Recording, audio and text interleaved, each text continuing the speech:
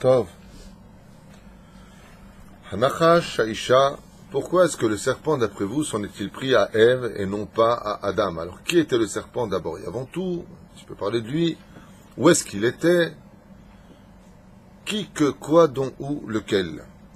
Henri, qu'est-ce que tu as à dire sur le serpent? Parce que le serpent, c'était un mâle, et Ève, c'était une femelle, non?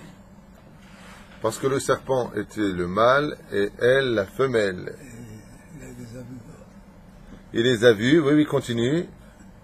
Il les a vus en relation, en relation, à la banque, en train de faire. et ça lui a... Ça lui a la suite. la suite. Tov. Bien entendu, ce que vient de dire Henri est vrai, mais c'est spirituel, ce n'est pas physique. Le serpent était jaloux, car il a vu une relation entre Ève et Adam. Et lui, qui avait aussi sa femelle, a été jaloux. D'accord? Effectivement, donc le Nachash. Le Nachash aya Arum. Il était malin, mais il était nu. De quoi est-ce qu'on parle, Henri? On va essayer d'approfondir un peu le sujet sans faire de jeu de mots. De quoi est-ce qu'on parle quand on parle de la relation entre Adam et Ève et le Nachash? Ça veut dire quoi? Ils étaient ensemble. La réponse est ils étaient asukim be mitzvot.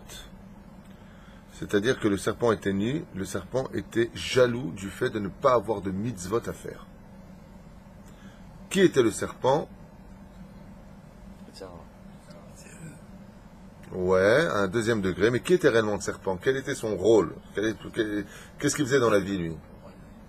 Il était le roi des animaux. Donc le serpent, à l'origine, était le roi de tous les animaux. C'était pas le lion. Le lion, c'était encore un serviteur à cette époque. Une fois que le Nachash a été destitué, alors le lion est devenu le roi des animaux. Qu'est-ce qu'il a fait, le Nachash?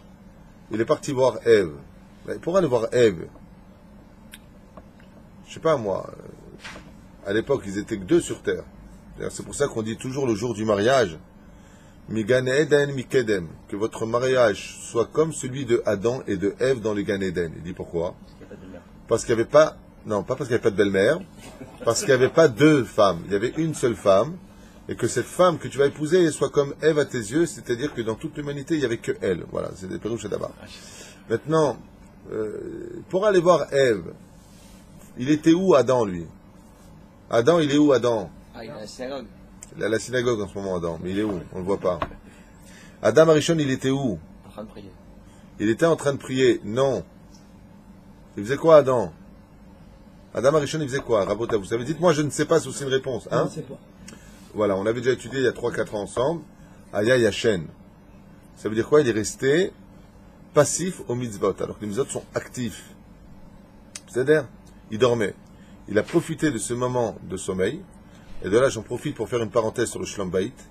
Soyez toujours vigilants dans votre mariage de ne pas laisser endormir votre amour pour vos épouses de peur que vienne un serpent vous la prendre. Ainsi, c'est passé pour l'homme. Au début, Ève, elle est tombée parce qu'elle est partie avec le serpent.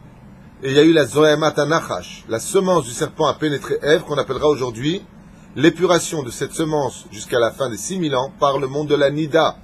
Qu'est-ce que le sang de la femme? On l'avait expliqué. Ce n'est rien d'autre que la semence du serpent qui a porté la mort dans ce monde. Et c'est pour cela que la femme a 7 jours de pureté contre les 7 jours de Avelout, de deuil, que l'on porte quand quelqu'un est mort. Pérouche d'avoir que l'ovule qui aurait dû être ovulé et apporter la vie, meurt et part dans le sang. Et c'est pour cela que la femme porte le deuil de cette situation. Les fichach, c'est pour cela que Adam, lui, maintenant, il se sépare d'elle. Kol hakavod. Mais en te séparant de ta femme, tu oublies un problème. C'est que l'homme, il a des besoins. Donc, au lieu de l'avoir répudiée, tu aurais dû rester avec et faire tes chouvas avec elle. En deux mots, si je peux me permettre l'expression, on ne déplace pas les problèmes. On les déracine. Il fallait rester avec Ève. Lui, il s'est retrouvé maintenant fâché. Quand il reviendra dans ce monde, c'est pour ça que Caïn va tuer Èvel, il y a toute une explication à donner profonde sur le fait que la Zoemat Nachash Nida, puisque je vous avais expliqué la dernière fois que quand Adam est parti avec Ève, au même moment où ils ont été ensemble, Ève a eu son premier marzor. Elle était mamash nida au moment où Adam et Ève sont partis ensemble. Comment se fait que Caïn soit né là? Quand est sortie la semence d'Adam Arishon dans la matrice de Ève, Ève est tombée nida. Et d'où vient cette nida? Parce que juste avant, elle a fréquenté le serpent. Bien entendu, n'oubliez pas que tout ce que nous disons, c'est spirituel, c'est pas physique. On parle que des âmes. Ce sont des mondes qui sont beaucoup plus hauts que notre esprit pourrait comprendre. Là, tout ce que je vous dis, c'est un langage d'enfant. Ça va beaucoup plus loin que ça. C'est beaucoup, beaucoup plus profond, beaucoup plus puissant. C'est infini. C'est infini à comprendre. Elle n'aurait pas été Nida avant d'être le serpent parce que... Non, pas du tout. Elle n'a jamais été Nida. Tu as posé une question, je te réponds si tu me permets. Elle a été Nida au moment où elle est partie avec Adam. En réalité, comment tu veux substituer ça en 2 mots, comment ça se passe? Étant donné qu'elle a goûté du fruit et qu'elle a fait goûter son mari, quand ils sont partis ensemble, ils étaient plus 2 dans le lit. Il y avait Adam, il y avait Ève, et il y avait le serpent. Donc, Rachi nous dit clairement que les Chédim aussi sont rentrés dans l'arche. Et moi, je rajoute ceux à qui on fait allusion dans Ishve Ishto. Donc, mes amis, qu'est-ce que vous comprenez de là?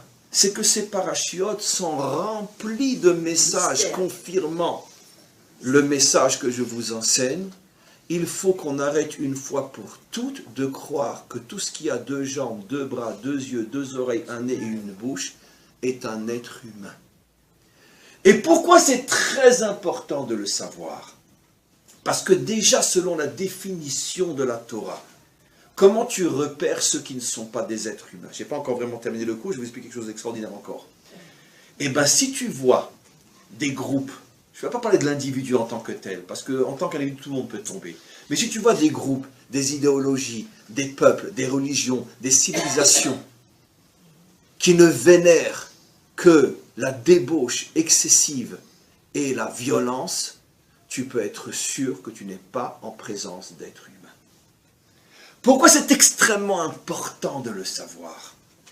Parce que déjà, pour nous les croyants, j'espère que vous allez comprendre ce que je veux dire, c'est extrêmement, si j'oserais presque dire, réparateur et consolateur de le savoir. Parce que l'un des grands problèmes qui ronge le croyant depuis des millénaires, c'est que cette question qu'il a constamment, mais comment Dieu, comment tes créatures, comment l'homme peut en arriver à ces choses-là?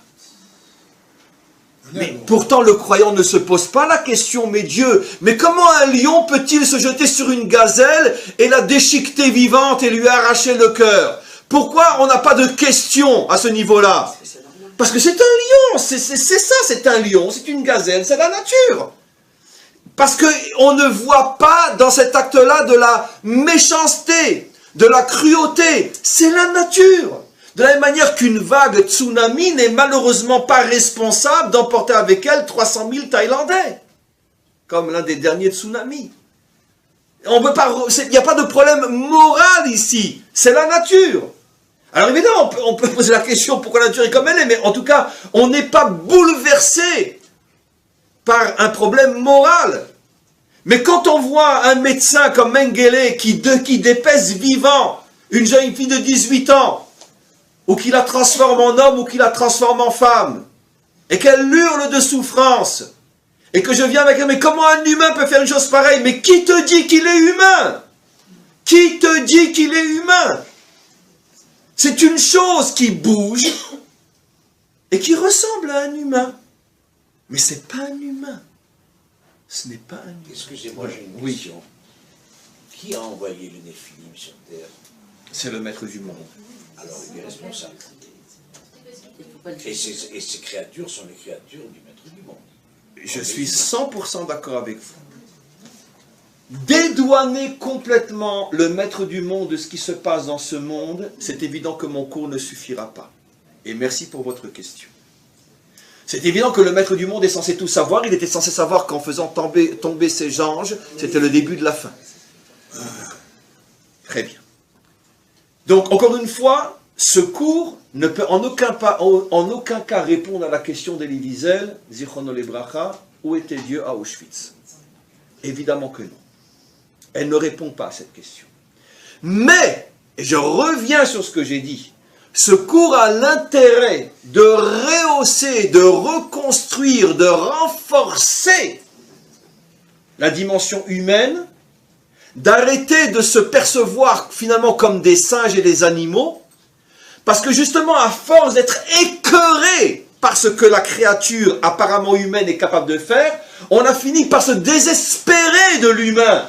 Et on arrivait à cette thèse que l'homme vient du singe, que tous les hommes viennent du singe, alors que seul Darwin et sa famille venaient du singe. Mais pas tous, bien évidemment.